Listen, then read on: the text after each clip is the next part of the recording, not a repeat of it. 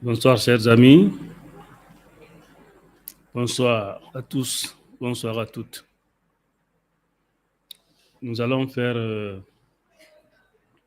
l'émission d'aujourd'hui en deux parties de 30 minutes chacune. La première partie, ce sera en Bamanankan, en langue bamana. Et la deuxième partie, ce sera en français. Donc, ça va porter aujourd'hui sur le thème du djibon. Donc, le djibon, le rituel de la quête de soi ou le culte de la Renaissance africaine. Donc, le thème d'aujourd'hui, c'est le djibon. Et nous allons faire ça en deux parties. La première partie sera en langue bamanankan. Et ensuite, on va couper et redémarrer encore la deuxième partie qui sera en langue française pour que tout le monde puisse comprendre. Donc, les premières 30 minutes de cette émission seront consacrées à l'explication du djibon en langue bamanankan. Ensuite, nous allons couper et reprendre l'émission, la même émission, mais cette fois-ci en deuxième partie en langue française, pour que ceux qui ne sont pas du Mali et du Mandin puissent comprendre ce que nous disons. Voilà. Ambadeon, fɛn fɛn bɛ ka lamɛn, an bɛna bi émission in kɛ, bi baro kɛ cogoya fila la. A fɔlɔ an bɛna o kɛ fɛnkɛ la, bamanankan na, ka jibɔn ɲɛfɔ jama ye. An bɛna jibɔn min kɛ karidon, kari natɔ ni juin kalo tile 4 san 2023 Bamakɔ yan. N'o kɛra an b'a tigɛ ka tila k'a ɲɛfɔ tubabukan na minnu tɛ bamanankan mɛn olu ka se k'a faamu ka dɔn jibɔn ye fɛn min ye. Voilà. Donc bi baro bɛ o kan. Donc ceux qui ne comprennent pas bamanan, on va reprendre ça dans 30 minutes en langue française. Voilà. Comme toujours, avant de commencer, nous allons faire des invocations.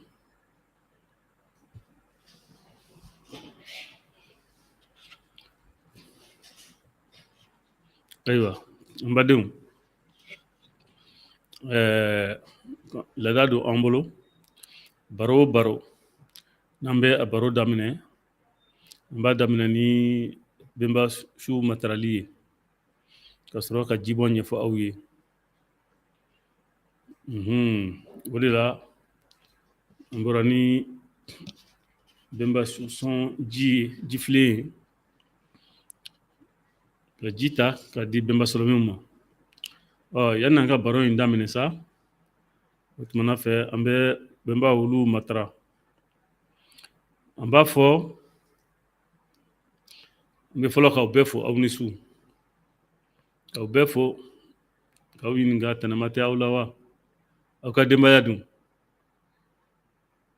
N b'a ɲini damagama kana tɛnɛma si kɛ aw la. Tɛnɛma tɛ ne yɛrɛ la bi Bamakɔ yan, bi alamisa, juin kalo tile 2 san 2023. O tuma an bɛna daminɛ.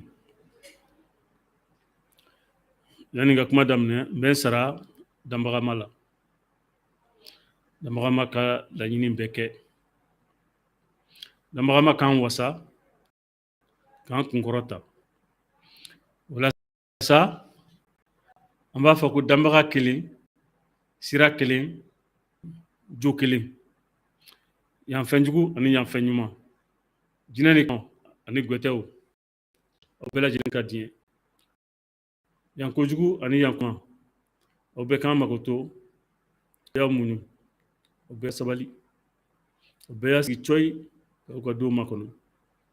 Dugu ka hakɛ to, dugu dasiri ka hakɛ to. Mɔkɛforow ka jɔ an fɛ, bɛnba sɔlɔmiw ka jɔ an fɛ.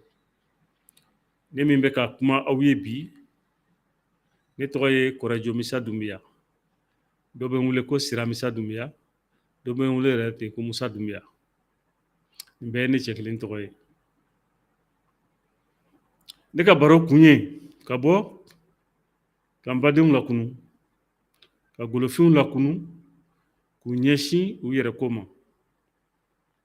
O ye an ka baro kun ye, ka golofinw bila yɛrɛta minɛn kɔnɔ, walasa ka golofinw kisi, k'u kɔrɔta. O tɛ k'a fɔ ko feerenko minnu bɛ bi taabolo la, ayiwa, ni ani an ka namu tɛ bɛn.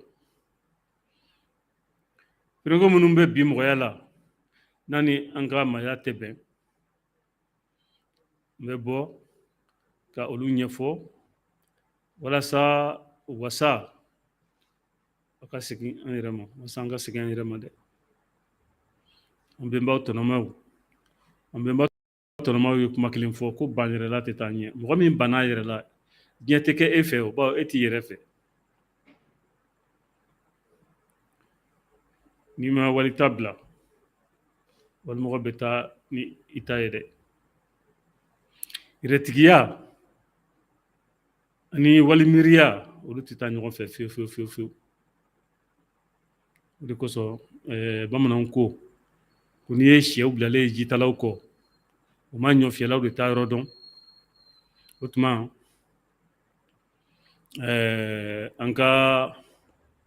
an bɛnbaw ka miirina ta ka bɔ kumayɛlɛma ani yɛrɛfagasuya minɛn kɔnɔ.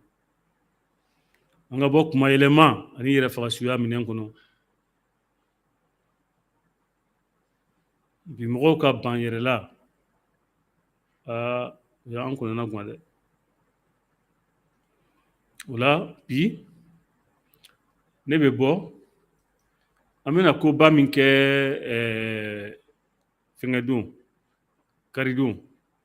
Nin karidon ni juin kalo tile 2, an bɛna o de ɲɛfɔ. Bɛnbaw, aw ka ji filɛ, aw ka sɔn ɲɛfɔli in a ka kɛ hɛrɛ kɔnɔ, a daminɛ a don hɛrɛ kɔnɔ k'a ban hɛrɛ kɔnɔ. Aw dansɔgɔ aw ni ko. N bɛna jibɔn ɲɛfɔ. Jibɔn ye mun ye anw fɛ yan? Ayiwa, kuma daminɛ la ne y'a jira k'a fɔ ko maayabulon, ayiwa, a taabolo ye ko banyɛrɛla tɛ taa ɲɛ. Banyɛrɛla tɛ taa ɲɛ dɛ, o ye tiɲɛ ye. Kuma in ye kuma kɔrɔmaba de ye. O tuma walasa an ka bɔ o fili minɛn kɔnɔ, fɔ an ka an yɛrɛ ɲɛfɔ. Bawo mɔgɔ bɛnnen bɛ yɛrɛko de la. Ayiwa, yɛrɛya o de bɛ laban. Bi anw jɔlen bɛ an yɛrɛ la. An dun b'a dɔn jɔn yɛrɛla ye karajuguba dɛ. Ni mɔgɔ jɔra i yɛrɛ la, o ye karajuguba ye dɛ. O tuma maayabulon sigikun ye, ne bɛ tɔn min ɲɛfɛ, tɔgɔ ye ko maayabulon. A tɔn in sigikun ye ka jamanadenw lakunu u yɛrɛko la, ka farafinna jamanadenw lakunu u ka kow la. Ne ye Kɔrɛjo Misa Dunbiya, ne ye o maayabulon bulontigi de ye. A ɲɛmɔgɔ o bɛ wele ko bulontigi. Donc anw kɔni ta kɛra ɲamakalaya ye duniya kɔnɔ, walasa farafindenw ka sɔn u yɛrɛ la. Janfajugu ani tɔɲɔjugu min bɛ an ka jamana kɔnɔ, janfajugu ani tɔɲɔjugu min dara farafindenw kan, ka ta Farawuna tile la, o kana bila bi, an bɛ don min na bi, 2023 o janfajugu ayiwa o ni o tɔɲɔliba an tɛ se ka o fɔ ka se a dan na. Bon, arabu ni tubabu ye anw kɛlɛ k'an mara. Donc u ye an ka dugu ci k'an ka cɛŋanaw bɛɛ faga k'an mara. Bon, an yɛrɛ fana an yɛrɛ ye ɲɔgɔn janfa. An ye ɲɔgɔn janfa fɔlɔ dɛ, an k'o fɔ ɲɔgɔn ye. An ye ɲɔgɔn janfa walasa arabu ni tubabu ka se an na. Bawo tubabu de selen don nkalontigɛ la ani janfa dilanni u sera o de la kosɛbɛ. Maloya tɛ u la. O tuma an kɔni ka laɲini ye an ka bɔ tɔɲɔli ni janfa in kɔnɔ. Ka bɔ o kɔnɔ fɔ an ka segin farafinna golofinna taabolow ma. Ka bɔ tubabu jɔnya la, ka bɔ arabu jɔnya la, ka kɛ an yɛrɛ ye. O yɛrɛ ye, ka kɛ an yɛrɛ ye, ayiwa o tɛ ɲa fɔ an ka ɲangɔbali dɔ kɛ dɛ. Ɲangɔbali ye mɔgɔ ka diɲɛlatigɛ tɛ se ka ɲa fɛn min kɔ. N'i y'o bila, i ka ɲɛnamaya tɛ se ka sabati dɛ. Ayiwa Jibɔn ye o ɲangɔbali dɔ ye. O la fɔ n ka bɔ bi ka Jibɔn ɲɛfɔ an ka jamanadenw ye. Bawo an bɛna Jibɔnba de kɛ kari natɔ in Suta Dunu Babilikuranin na sɔgɔmada fɛ sɔgɔma 9h. N bɛ bɛɛ lajɛlen wele bɛɛ ka bɔ. An ka Jibɔn an bɛnbaw ye. An ka farafinna ani golofinya a sira taama. An b'o de la. O lajɛ in n y'a fɔ cogoya min na a bɛ daminɛ dimanche don, ayiwa juin kalo tile 4 san 2023 a bɛ daminɛ sɔgɔma 9h Suta Dunu o bɛ Bamakɔ bon sabanan jukɔrɔla la Babilikuranin yɛrɛ sanfɛ dɛ. An bɛɛ lajɛlen ka ɲɔgɔn sɔrɔ yen sɔgɔma da fɛ 9h n'o ye nɛgɛ ɲɛ 9 ye. Ayiwa lajɛ in a kun ye mun ye? Lajɛ in hɛrɛ ka foli de don. Sɛbɛya o ka foli de don. N y'a fɔ cogoya min na anw ka mɔgɔya ɲankɔbali o ka foli dɔ de don. N'o ye Jibɔn ye. O tuma Jibɔn yɛrɛ ye mun ye? Munna an b'a wele ko Jibɔn? Jibɔn ye mun ye? Jibɔn ye ayiwa an golofinw, an minnu ko an tɛ tubabu diinɛ la, an tɛ arabu diinɛ la. Jibɔn ye an ka danbagama o matarali kɛcogo de ye an kunko la. Bawo an tɛ baga ka danbagama matara ten dɛ. An b'a matara walasa an kunko ferenkelen dɔ de ka se ka ɲɛnabɔ. Jibɔn ye o ye ka danbagama matara an kunko la. Jibɔn ye fana ka sigifɛnw jansa. Ni dɔw k'u ma ko jinɛw. Jibɔn ye ka bɛnba Sɔlɔmin jansa. Bɛnbaw, an bɛnba Sukɔrɔw olu jansa. Ani an bɛ taa kɛ yɔrɔ min na n'o ye ba Joliba yɛrɛ ye, an ka baba in kɔnɔ n'o ye ba Jeliba ye, an bɛ ale fana jansa. O jansali 3 de b'a kɔnɔ dɛ. An bɛ an ka sigifɛnw jansa, ka bɛnba Sukɔrɔw jansa, ka ba Joliba jansa. Nin bɛɛ bɛ Jibɔn kɔnɔ. O de y'a to an ko ko Jibɔn ye yɛrɛlasegin de ye ka duniya kɔnɔ fɛnw bɛɛ lajɛlen bonya. Fɛn fɛn bɛ duniya kɔnɔ an bɛ olu bonya. Bawo n'i ye fɛn kɛ duniya nin kɔnɔ yan min tɛ bɛn. Ayiwa danbagamaw, bɛnba Sukɔrɔw ani sigifɛnw olu bɛ o lasegin ma ni tɔɔrɔ ani kɔlɔlɔ cɛjugu caman ye. Ka tɔɔrɔ da i kan. Ayiwa walasa o tɔɔrɔ ninnu ka wuli Walasa o kɔlɔlɔw ka ban, o tuma fɔ an ka segin ka ji bɔn. N'an ye ji bɔn ka tɔɔrɔ ninnu ban, an bɛ sɔrɔ ka hɛrɛ kuraw an b'olu ɲini, ka hɛrɛw ɲini an ka jamana ye, ka hɛrɛw ɲini an yɛrɛ ye. Jibɔn dabɔra o de kama. Donc aw k'a dɔn anw ka farafinya, a mɔgɔninfinya, a sogolon cogo dɔ de ye, o de ye jibɔn ye. Mɔgɔya sogolon cogo o bonya, o ye jibɔn de ye. Jibɔn bɔra bɔnsɔnɲɔgɔnya de la. Bɔnsɔnɲɔgɔnya o tɛmɛsira dɔ de don ka an to duniya kɔnɔ yan. An bɛnbaw wele, an ka sigifɛnw wele, ka olu lasɔrɔ k'an kungo fɔ u ye. O sira ye jibɔn ye. Bɔnsɔnɲɔgɔnya ye mun ye? Bamananw ko o de ma ko bɔ kan tɛrɛ sa kan to. Anw bɛ an faw nɔ la bi yan duniya kɔnɔ yan. An faw fana tun bɛ an mɔkɛw nɔ la, olu fana tun bɛ an bɛnbaw nɔ la, ka yɛlɛn fo ka taa se danbagama yɛrɛ ma. O de kosɔn an b'a fɔ anw bɛ an faw nɔ la, olu fana tun b'u faw nɔ la, olu fana tun b'u bɛnbaw nɔ la. Bamananw ko de ma ko bɔ kan tɛrɛ sa kan to, walima bɔnsɔnɲɔgɔnya. Ne bɔra dɔ la, o fana bɔra dɔ la, o fana bɔra dɔ la, o fana bɔra dɔ la. Bon danbagama ma an bɔ sanfɛ k'an cun, a y'an bɔ dɔ de la. Donc n'an b'a fɛ ka segin danbagama ma, o tuma f'an ka segin o sira kelen de ma, ka ji bɔn, ka olu deli k'an kungo f'u ye, k'an ka hɛrɛw ɲini o sira fɛ. O de la karidon an bɛna bɔ ka ji bɔn. O ye foroba jibɔn ye, mɔgɔ kelen kungo tɛ. Mali yɛrɛ kelen tɛ, an kɔni ye jibɔn in daminɛ Mali kɔnɔ yan. A daminɛna anw yɛrɛ ka tɔn de fɛ. Mayabulon y'a daminɛ san juin 2018 ka waleya juin 2019. A waleya fɔlɔ kɛra juin 2019. Mɔgɔ si ma kɛ anw ɲɛfɛ. Jibɔn ye kɔrɔlen ko ye dɛ, nka k'a kɛ jamana tɔgɔ la, anw de fɔlɔ y'a kɛ, ka a sigi sen kan 2018 ka sɔrɔ ka waleya juin 2019. Anw fɔlɔ de y'a kɛ.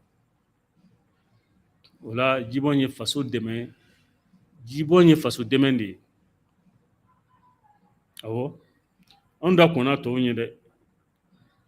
Nka an bɛɛ lajɛlen ŋaniya ye kelen ye.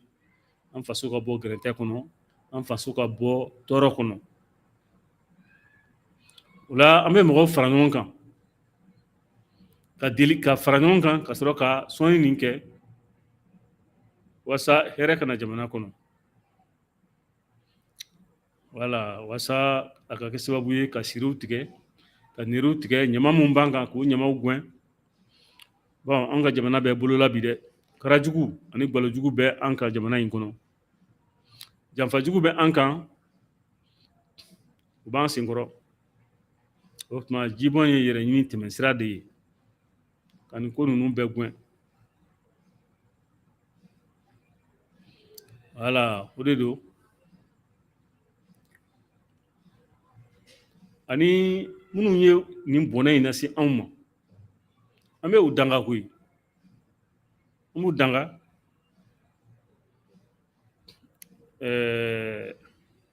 Ani danga min yɛrɛ fana bɛ jamana kɔnɔ. Bawo bɔnɛ in lasera an ma fɛn dɔ de fɛ, bɛnbaw ka dangalikan de bɛ yen. Ani ɲama dɔ fana bɛ jamana in kan. Ani yɛrɛdɔnbaliya min bɛ yen. Jibɔn in kun ye ka nin bɛɛ gɛn.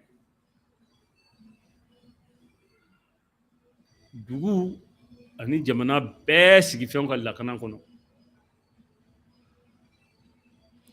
An ɲinɛna sigifɛnw kɔ. Kara b'an da la dɛ.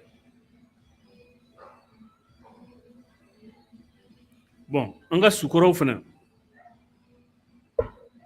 an yɛrɛ bɛ an ka sukɔrɔw ka lakana de kɔnɔ koyi. An b'an bɛnba sukɔrɔw ka lakana kɔnɔ. N'an ɲinɛna olu kɔ, olu b'an danga dɛ. An ɲinɛna olu kɔ dɛ, an ka sukɔrɔw kɔnɔ. Minnu sɛgɛnna ka jamana in jɔ k'a tu tigɛ, an ɲinɛna olu kɔ. Ayiwa, ka wali diinɛ don ba la, k'an ban an yɛrɛ la, ka jamana yɛrɛ bɔ da la, ka ɲinɛ jamana tutigɛbagaw kɔ. O kɛra de b'an dala, o danga de b'an dala.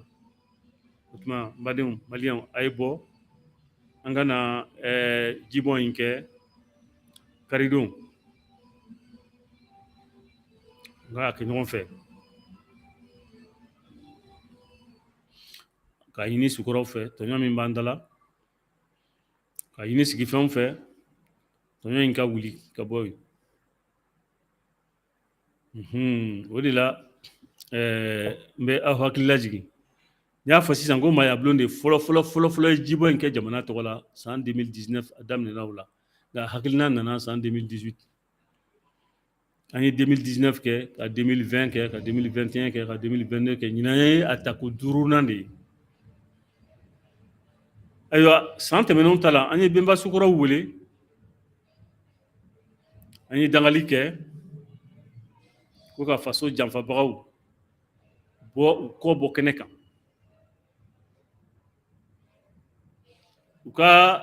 An y'a ɲini an benbaw fɛ u ka jamana cibagaw olu kɛlɛ ka balawujugu ani lebuw bi u kan. U y'an laminɛ koyi, u y'an laminɛ, an ye a walew ye, o jibɔnw waleyara kosɛbɛ. An bɛ se k'a fɔ ko o misi o bonna a biɲɛ la koyi.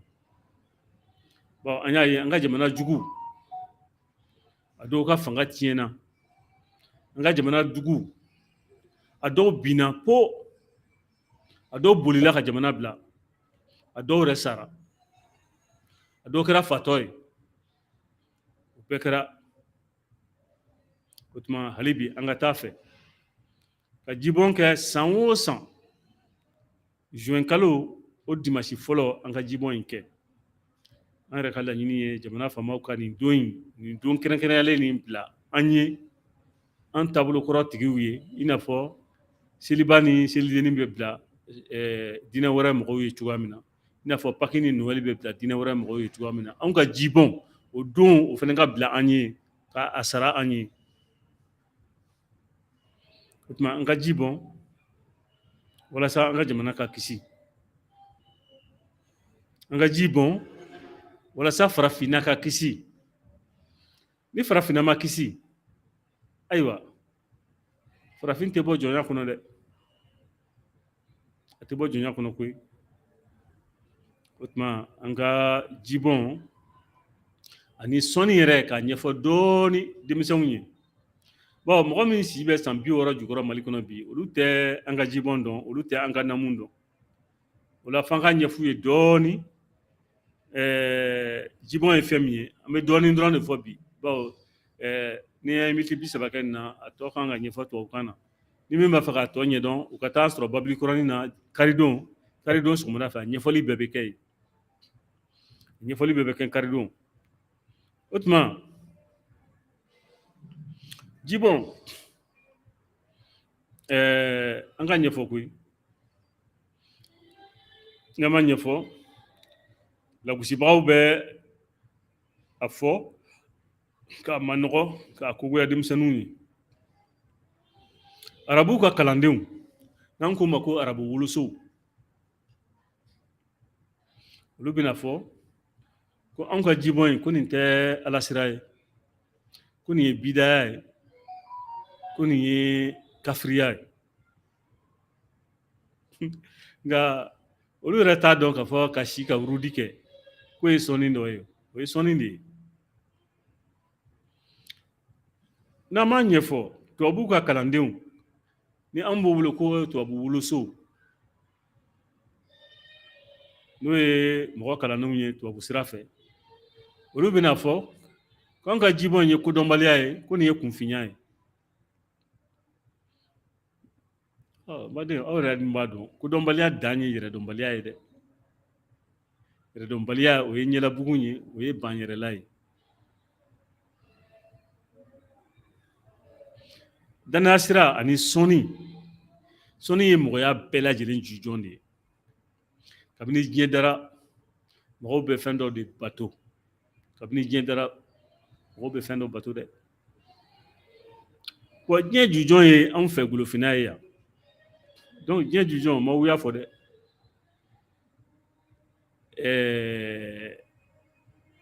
a ma wuya fɔ diɲɛ bɛɛ ba diinɛ fɛn fɛn bɛ diɲɛ kɔnɔ a bɛɛ ba ye danaya sira min ye anw bɛnbaw y'o wele ko sɔlɔmindɔya.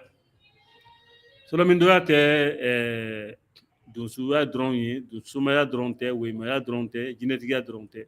Somaya ye fɛn o fɛn bɛ farafinna naamu kɔnɔ a bɛ fɔ o ma ko sɔlɔmindɔya. Sɔni ye o ba de ye.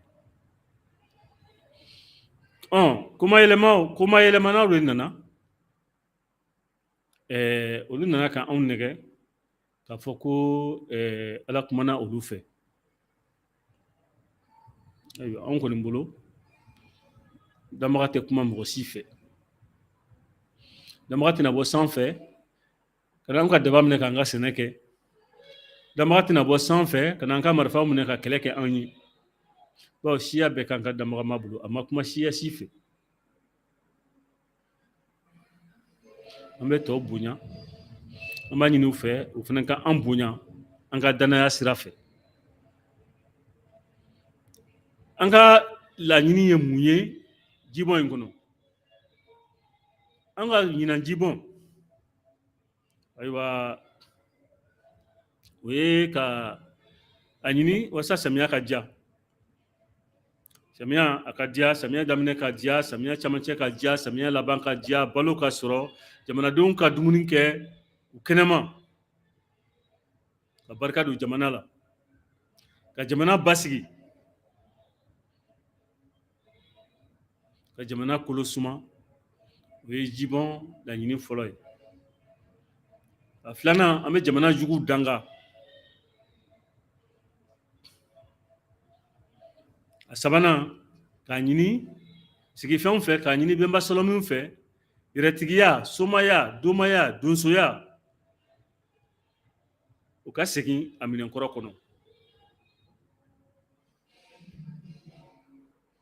Awɔ bi anw bɛ ka fili ni sɛ ta ka taa an bɛnbaw su sɔn. An fana ka laɲini ye don dɔ la minnu bɛ bɔ anw na olu fana ka fili ni sɛ ta ka anw ji bɔ anw ye don dɔ la. Awɔ ka ji bɔn an ye kɔni. An mɔdenw ni an tulomasamaw ka ji bɔn an ye an tɔgɔ la an ka laɲini ye o ye. O tuma an bɛ bɛnba sokɔrɔw sɔn ka ji bɔn bɛnba kɔrɔmanw ye, ka ji bɔn sigifɛnw ye, ka ji bɔn an ka ba joliba yɛrɛ ye. Bawo an ka ba joliba bi an y'a malo dɛ. Aw k'a jɔ Bamakɔ kunna ka ba in lajɛ bani. U ye ba in malo k'a kunsi gwana, k'a ɲɛsi gwana, k'a ka duloki fara. U bɛ ka taa so jɔ fɔ Badingɛ kɔnɔ. Malidenw aw b'a dɔn nin ye danga dan ye. Aw b'a dɔn nin ye taacɛn dan ye. Ni min ye warinin sɔrɔ ko fo ka taa so jɔ fɔ Badingɛ kɔnɔ bɛɛ ɲɛ b'o la si tɛ fɛn fɔ. Nin ba in dun ye anw ka jamana balo de ye. Ni ba in tɛ yen dɔrɔn balo tɛ Mali kɔnɔ, balo tɛ Laginɛ kɔnɔ, balo tɛ Niger fɔ Nigéria. O tuma an ka o baw fana bato, baw fana jansa o bɛ jibɔn in kɔnɔ. Awɔ bɛɛ b'a kɔnɔ dɛ. Donc jibɔn ye anw ka namu bato de ye. An ka namu bato cogo de don. Ka jisuma di sukɔrɔw ma. U k'u min, k'u dusu suma an kɔrɔ. Bawo ni ji bɔnna dugu ma, sukɔrɔw b'a min. K'i tɛgɛ sin dugu ma, ka bɛnbaw bonya, ka sukɔrɔw sɔn. O la sukɔrɔw bɛ bɔ an kalama dɛ. An fana kana ɲinɛ u kɔ. U b'an kalama koyi. U b'an kalama dɛ. An y'u janfali min kɛ dɛ, o danga de b'an kɔnɔ bi. O danga de b'an kɔ bi jamana in kɔnɔ. F'an ka bɔ ka yafa ɲini u fɛ dɛ. O yafa ɲini sira ye jibɔn ye. Munna an bɛ ji bɔn? Ji ye nimafɛn bɛɛ bɔra fɛn min na o ye ji de ye. Nimafɛn bɛɛ bɔra ji la. Ani fiɲɛ. Ji ni fiɲɛ nimafɛn bɛɛ bɔra o la. An ka laɲini o la selan bɛnbasuw ma, o la selan danbagama ma, o la selan sigifɛnw ma o ye ji ye. K'a di bɛnbasukɔrɔw ma. O ye ji ye k'a di sigifɛnw ma. Bawo ji ni fiɲɛ o de ye ni ye. Ɲɛnamaya ye ji ni fiɲɛ de ye. Nka ji sigilen wali ji koronin o tɛ dɛ ji tɛmɛntɔ de o de bɛ baara kɛ ji tɛmɛntɔ de bɛ ɲali kɛ wali ji lakolinen ka lakoli fɛn dɔ la i n'a fɔ muguji ka lakoli fɛn dɔ la i n'a fɔ dɔlɔ ka lakoli fɛn dɔ la i n'a fɔ di wali nɔnɔ olu de bɛ baara kɛ wa hakili bɛ ji la dɛ fɛn minnu bɛ da ji kan o ye woro jalan ani jeli donc an bɛna nin bɛɛ lajɛlen nin ɲɛfɔli kɛ fɛnkɛ don kari don kari natɔ in an b'a ɲini aw fɛ aw ka bɔ i n'a fɔ kɔnɔkulu an ka jɛn ka nin jibɔn kɛ ɲɔgɔn fɛ malidenw fɛn o fɛn bɛ mali kɔnɔ ni e ye donso ye i ye soma ye i ye doma ye i ye jinɛtigi ye i ye woyima ye i ye sɔlɔmindɔla yala ye i ye kamiti ye mɔgɔ o mɔgɔ sirakɔrɔ de ka di e ye i ka bɔ karidon sɔgɔmada fɛ an bɛɛ lajɛlen ka ɲɔgɔn sɔrɔ i n'a fɔ kɔnɔkulu sotadunu n'o ye babilikɔrɔnin ye troisième point yirimajɔ point in dɛ sotiba a donda bɛ sotiba ayiwa an ka taa ɲɔgɔn sɔrɔ ye ka jibɔn kɛ voilà o de ye n ka bi fɛngɛ ye ka a ɲɛsin aw ma o tuma k'aw bɛɛ lajɛlen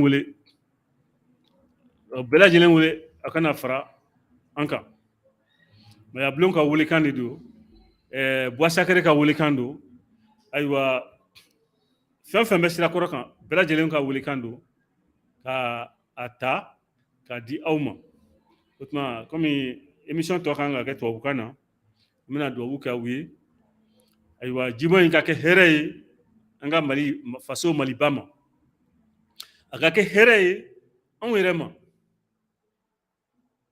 a ka kɛ kunkɔrɔta ye an ma a ka kɛ jigitugu ye an bɛɛ lajɛlen ma o tuma bulonda ka duba an ye ɲananw ka duba an ye dugu dasiri ka duba an ye sukɔrɔw ka duba an ye u k'an kisi k'an tanga aw k'an bɛn karidon sɔgɔmada fɛ mɔgɔ si kana ni diɲɛ dɛ nin ye ne Siramusa Dunbiya mankan ye mayabulon bulontigi k'a lase ayiwa maliden cɛman ani a musoman aw bɛɛ lajɛlen ma